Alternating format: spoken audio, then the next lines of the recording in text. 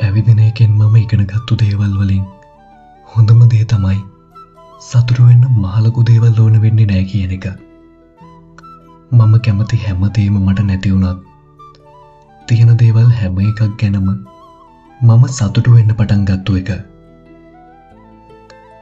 ලස්සනම තැන්වල සොබාදහමි ගත කරන නිමේෂයන් හසු කරගන්න අඩුම තරමේ කැමරාවක්වත් නැතිව ගත කරපු වෙලාවන් මට කියලා දුන්නේ ජීවිතේ හොඳම දේවල් කවදාවත් කල් තබා ගන්න බැරි වගේ.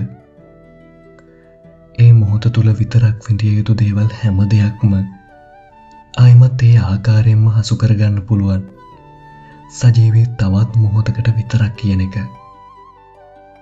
අනික ජීවිතේ ලැබෙන හොඳම දේවල් නොමිලේම අත්විදිය හැකි සොබාදහමේ අද්විතීය නිමැවුම් බව.